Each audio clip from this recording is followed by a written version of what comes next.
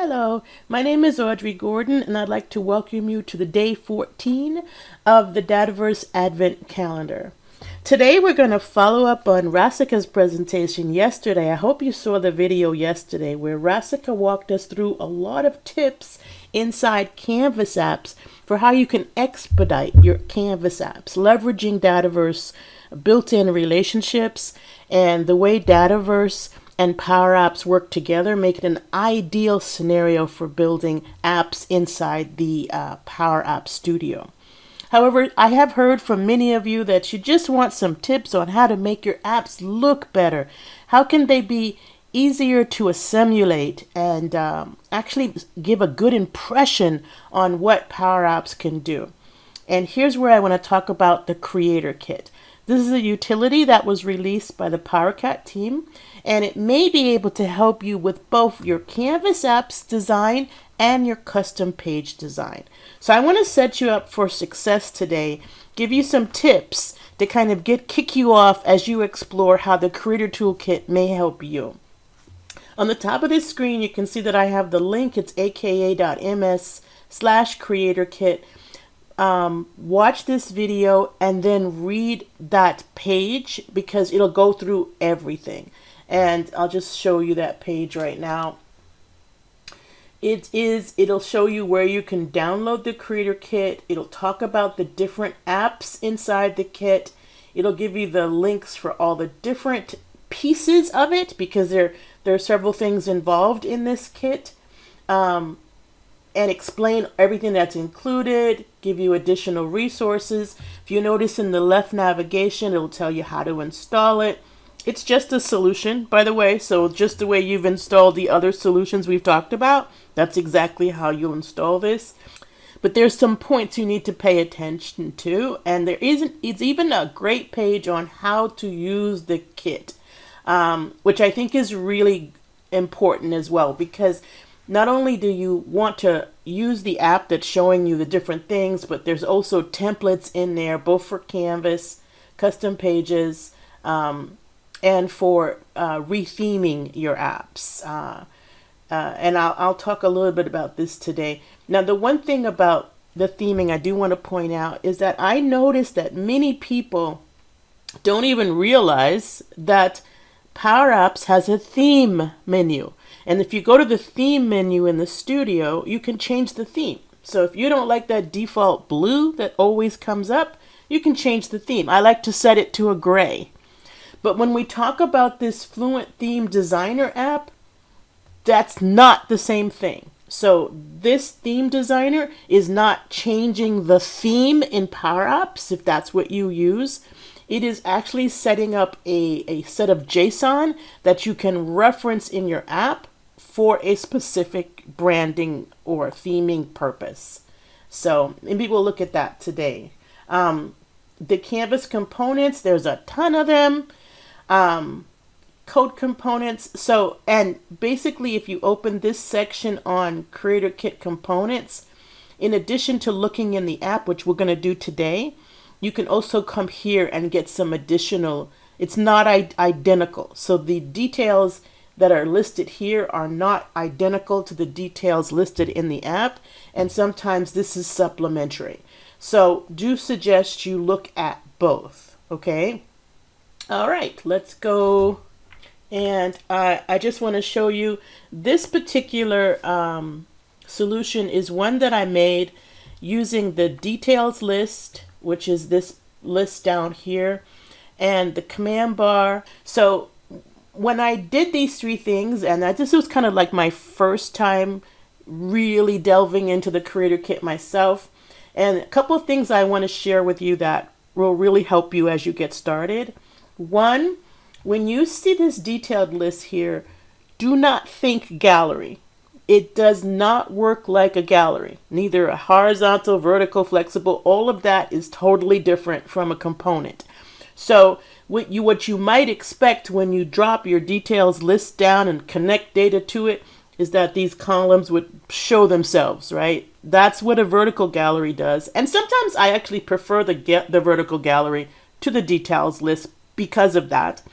But if you look at the docs, you'll see that instead of it like automatically showing the columns, you are in 100% control what columns it shows, and you do that through an expression. And so that's the first impression I had, is if you expect it to work like a vertical gallery or horizontal gallery, it will not. Okay, it's a component, it's a different story. Up here on the top of these commands, and the one thing I want to point out about these commands is you can use them in a custom page or a Canvas app. But what's nice when you use them in a custom page with a model-driven app is these commands can actually talk to the model-driven app. So when I click New, instead of creating a form, it can point back to my Dataverse form that I already created. So basically the New button can reuse the existing forms that you have in Dataverse when you're in a custom page, of course, right? And that's a really awesome thing. So commands inside custom pages that are in a model-driven app actually can communicate back and forth with the model-driven app. And in the description, I'll share some formulas that you can use to navigate from custom back into the model-driven app and so on. So really cool. However, with Canvas apps, you're probably going to need to create forms so that you can update your data using the form. Okay, another thing that I wanted to point out is you're going to have capabilities on the Dataverse side that you do not have in other connectors. And that can happen probably across the board. But one of the things that I noticed as I was making my first impression on this is that you see this little sorting column thing. That is specific to Dataverse, that as soon as you add this component, the Dataverse API gives them the capability to automatically sort these. All right, so you'll have that built in. But if you use this details list with, say, a SharePoint list, you won't have that automatic sorting. So you would have to create your own sorting mechanism, which is possible. It's not like you can't do it. It's just that it won't be automatically there. So sometimes you'll see a difference between what these components will respond to different data sources. But usually the APIs in Dataverse will facilitate a lot of the built-in stuff. All right. You'll also get to see that there's a whole bunch of icons you can use and such. So I'm going to come out of this. I will also share a video link where I did a SharePoint document library on a custom page using the details list, which is the component you're looking at here, the biggest part of the screen. And then you can see how I did that. That might help you as well. All right, let's go to Power Apps and take a closer look. And you will see that I've already installed the Creator Kit. So I'm just going to zoom into this list of things here, because what I have done is I've installed a few things. So I'm going to start from the beginning. The first thing I did, because we're going to be doing components inside a Canvas app, is I'm going to actually duplicate this page and go into the admin center. So, and this is probably going to be the first thing you do before you import anything. Go into the admin center and just check on this feature. So go to the environment that you plan to use this in. And I'm using it in Megan Bowen's environment. And I'm going to check my settings here. And I'm going to go into the product features. And I'm going to scroll down to the bottom. I'm going to check that Power Apps component framework for Canvas apps has been enabled. And if you want to know all that's involved in this feature, of course, you can click Learn More, and that'll take you to a page that'll talk about it in more detail. All right, but this is a prerequisite if you're going to use the component framework in Canvas apps. And the Creator Kit is just exposing a whole bunch of Power Apps component framework, aka PCF, objects for you. So that's why you have to kind of turn this on. Just check that it's on. It may automatically be on, just double check. All right. So then I'm going to go back to my solutions, and you will see that I did that first. That was the first thing I did. Then I imported the Creator Kit, right? And so when you're importing solutions, you always do it the same way. Just start here, browse to the solution that you downloaded and import it. Then it will tell you up at the top of the screen it's importing. It'll let you know if it was successful or it failed. So you'll have a notification bar up here that'll help you with that. So the first thing I installed was the Creator Kit. Then the next thing I installed was the Creator Kit references for Canvas. All right. So there's actually, this is like, to me, the minimum are these two. This Canvas app that's in here, that's a creator reference app, is also available in Model Driven, so you have the option to install that as well. When you install the Creator Kit references, which I consider to be a dependency, so you install the Creator Kit, then you install these references. You can use Canvas or you can use Model Driven, but I suggest the Canvas one since we're talking about Canvas right now. All right. You'll get a template. Now all of this is managed, so you can't edit it here, but you can add it to your own solutions, right? And then you can edit it from there, right? So you might want to add the template to your own solution so that you can copy and revise it, so to speak. This is the reference app that has all the goodness about what's in there. And this is that Fluent Theme Designer app. And so this one, when you play it, I'll just start here. This is really great for when you want to set up an app with your company's colors, for instance, right? So you have to go find out from your branding team or whatever, what are your colors that you use in your logo or in your company brand, and then you can put those hex colors in here, right? FYI, there are a lot of sites where you can like convert an image to a hex color. So for instance, if I go up here and I just do image to hex color, there are a lot of different sites out there that will do that for you. So basically what you can do is upload a logo or an image, but I do suggest that you have this conversation with somebody in your company that manages styles. This way, you're sure you got the right colors that are, so here's my little Dataverse logo. And if I hover over any of this, it'll give me the hex number for it, right? So I would take that hex number, go back to my Fluent Theme Designer, and go ahead and put it in there. Do I have 6 digits? 3, 6, yes. And now notice instantly everything picks up that color, all right? You can change everything, including the background. If you want a soft background color, for instance, maybe that's easier on the eyes, but you can totally do whatever you'd like to do here. But then when you get done playing around in here with your colors and selecting things, then you want to go to export theme. And this is what I meant by this JSON is here, that you have to go and put it in your app. Okay, this will be your app theme you will reference, and I'll make it a point to share this with you as we look at the Creator Kit together. But this is not equal to the themes in Power App.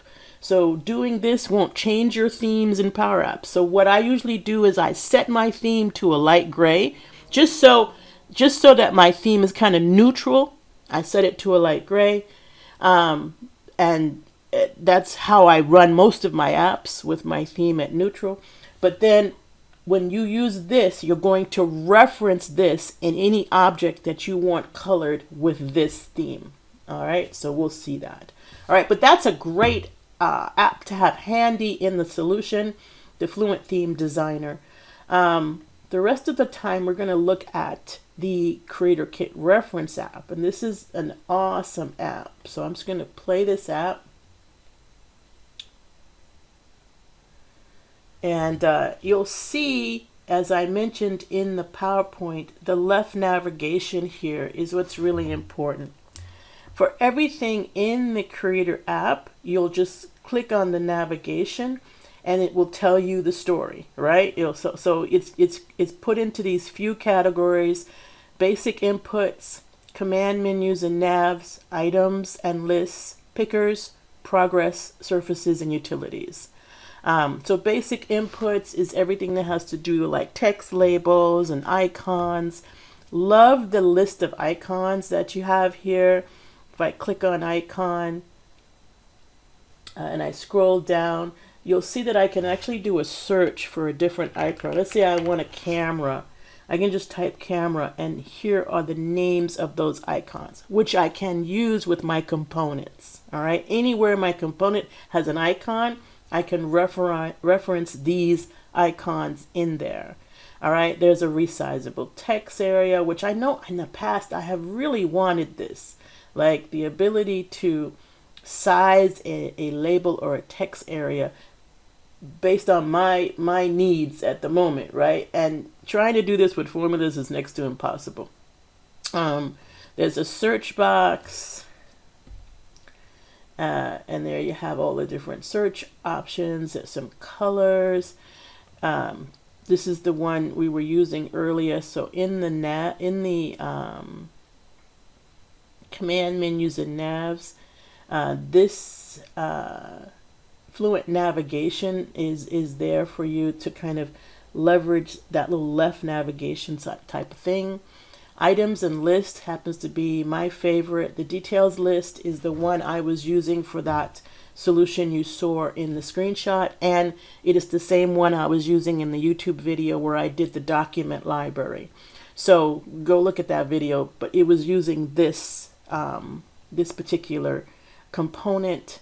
A new one in here is a face pile. So let's say you want to just kind of like show presence in some way. You can also get a persona situation where you might want to just have a profile page. Very simple component for that. So lots of things, even down to the point where you have like elevation. And you'll see that all the way through this app where you have the elevation, and this kind of puts things on top of things. Now, again, sharing my first impressions to help you. The hard thing I had with elevation when I first tried to use this is I couldn't figure out how to get stuff on top of this. And so there is a page, check out the resources in the description, called elevation, and that page will tell you exactly how to get stuff on top of it. Because what happens is sometimes you put stuff on top of it and it covers it up, right? Or it's above it or below it. So you really need that page to understand how to use these different elevation points. So I wanted to give you that. You also have the spinner in here. I know a lot of people have like to kind of put a little notification of, things are loaded. You also have a progress indicator in there, people pickers, tag pickers, and so forth. So really packed with information. I want to give you an example of how you use this. So here I'm looking at the command bar here, and you'll see here that my command bar starts out saying new, upload, share, and download.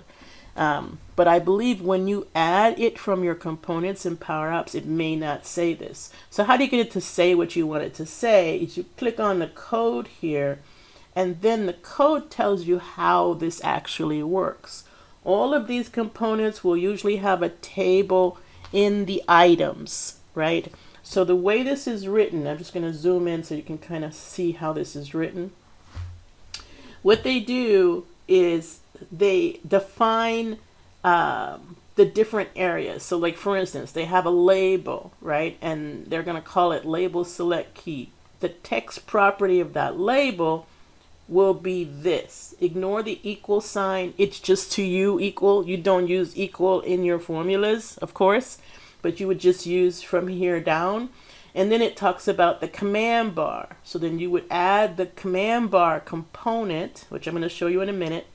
And then what it wants you to set as those properties as is display mode edit, the height is 32. The items property, ignore all these symbols here, it's just the table right here.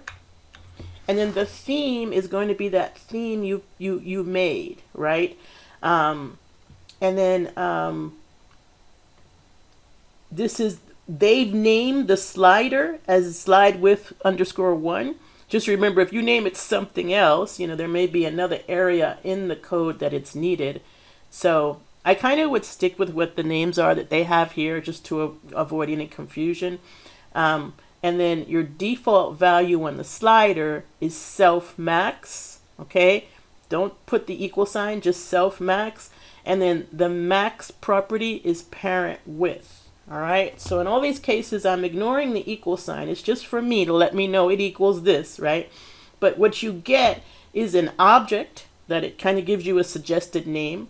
And then after the object, and they're telling you what that object is. In this case, it's a label.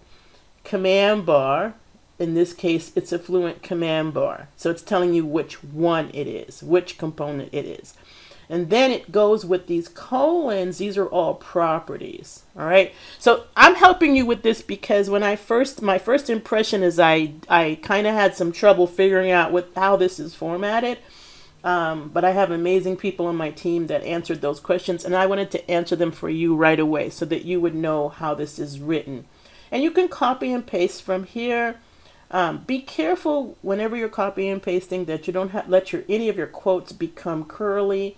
So don't paste it into Word and then paste it into Power Apps, because then you'll get curly quotes and they won't work. So just keep these things in mind. And then something I didn't mention yet is that each of these sections have an intro paragraph kind of explaining to you why you would want to use that thing. But then it also gives you some really best practices. And these best practices are around a bunch of things.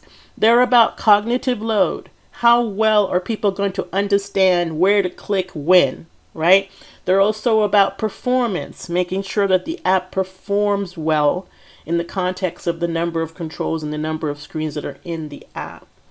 And it also gives you some design tips. So always read your best practices before you try to implement anything, just so that you get a good idea of what the best practice is. Now I'm just going to quickly open up a new app. So I'm gonna make a new solution, and I'm just gonna call this new app just for now. And I'm going to put this in the default publisher. So now I have a new solution, and this is where I'm going to do my work for my app, right? So start with a solution and then add existing. And what you're going to do is you can go ahead and add that Canvas app that's in that solution to yours. And what's wonderful about doing what I'm suggesting you do right now is you can actually explore how this app was created, which is a great learning opportunity there, right? And then the other thing I would add, I could have added them both at the same time, but I was too busy talking, is I would add the template. All right, so sorry, add existing app, Canvas app. I want that template. All right, if you want to add this, you can as well. So basically, once you add it into your solution, now you're going to see the edit button light up. But what I might do is edit and then save as. So I might keep my template in my solution forever, but then I'll save it as the new name of the app I'm trying to create, right? So you can do edit. And this gives you, what they've set these up is that you get like the basic layout set up for you, including containers. And containers are really important, again, to make sure that you maintain responsiveness. So please use containers. And if you don't know how, check out the link in the description about responsive design in Power Apps. All of those notifications are just because we are using code. These PCF components or objects, they are based on code, and so they have to be agreed upon. So that's why that's allowed there. If you don't allow, you're not going to be able to use the code, okay? There's nothing malicious about this code, so you have no worries about it, but it's always good to be alerted when code is going to be surfaced in your apps. All right, so as you can see, you start out with these containers, and this is what I'm saying helps maintain your responsiveness, right? Now I've got this zoomed in quite a bit. Let me just zoom out for a minute. You'll have a header and a center container, a sub container. So I'm not going to talk too much about containers right now, but I am going to kind of show you this control screen, which is also, and I'll just see if I can just play this screen. This is also a bunch of stuff you can copy and paste back into your main screen. So you can kind of keep this screen at the end of your app as a container for your app. All right. Now note that some of these pieces may have dependencies on Dataverse. And so if you ever get an error message that something is not available because you don't have Dataverse in your environment, then you can just remove that thing, right? So that's just handy so you can copy and paste. The other thing I wanted to show you is basically when you add these components, right, you'll see, so there's a whole bunch in the template already that you can add, right? So let's say I add this one just for, it just drops it down into your app for you to just use. These are really awesome. And then also, if you don't see something here that you want, you can click on Get More Components on the bottom, and then all your components will be listed here that you can add. All right, so I wanted to get you a kickoff on this just so that you're set up for success. Keep in mind that the documentation and the apps are really critical to understanding how to use this. And when it comes to like lists and things like that, most components do not work like galleries. So you're going to have to use a little bit of JSON to define your different pieces. And I'm just going to show you that as a last thing here. Okay, just to show you in one of the things that I did, if you go into the items property of this Fluent Details list, and I drop this down, I'm going to zoom in so you can see this really clearly. And I've used the delegatable function here, and you can see that I played around with search, filter, and then nothing at all. One thing you want to play around with here, especially if you have a lot of data, is checking out how these work. And what I mean by that is how quickly they come back, what amount of data comes back. And in that, I love to like play the app with monitoring on. If you open the monitor, you can actually see it go get the data, and it kind of helps you understand the difference between the different delegatable or non-delegatable expressions that you will use. To the items property, columns property, and this is one that you don't even see this property in a gallery. So it's a brand new property for those of you learning to use the Creators Toolkit.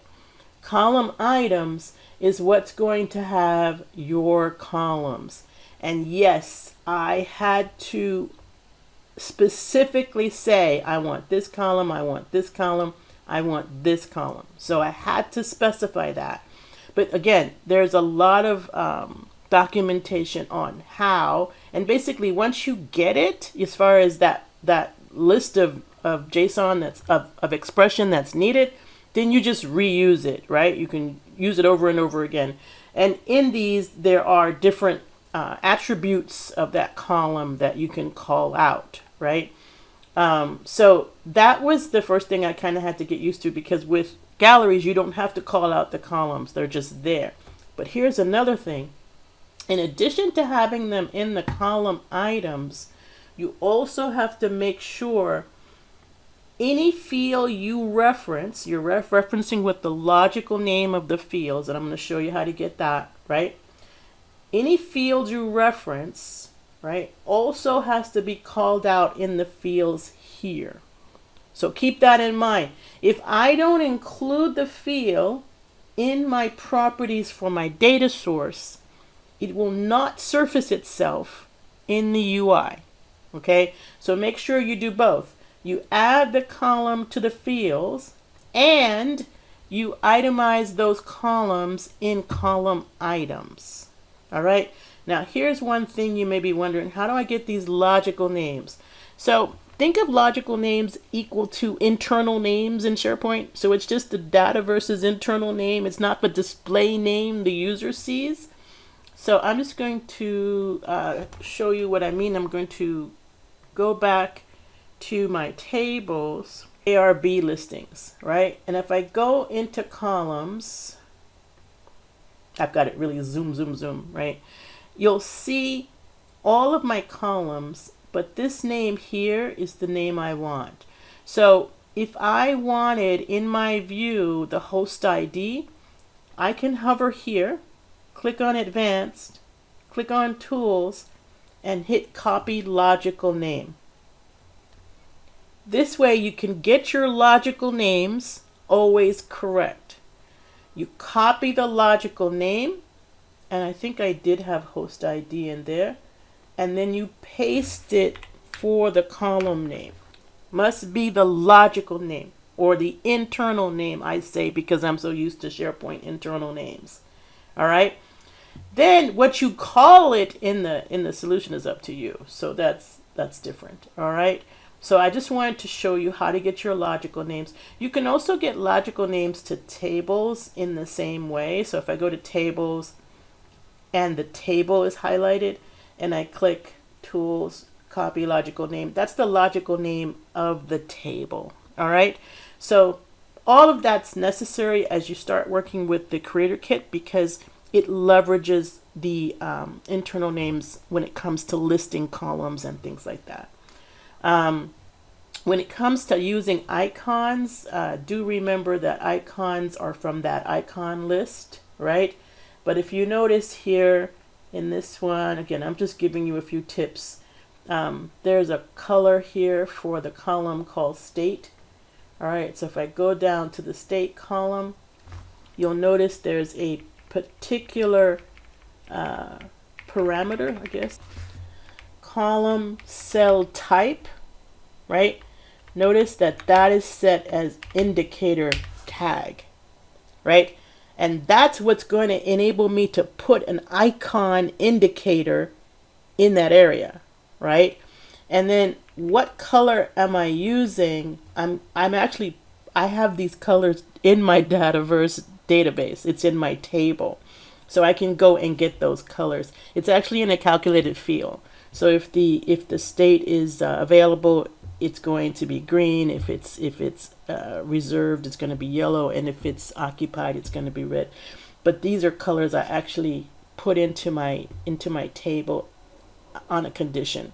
But then you can use them in how you color code these different things. So I don't want to go too deep into this. Put in the description if you want some level of deep dive on this. But I wanted to basically set you up for success, kind of get you to the most important factors, and then let you go have at it. Here's where you can add your creativity to some tools already, some utilities already built for you, and you come up with this neat thing that's you. All right. So I think that's it for day 14 of the Dataverse Advent Calendar. I will tell you, we will see each other again tomorrow for the day 15. And I wish you a very happy holidays. Thank you.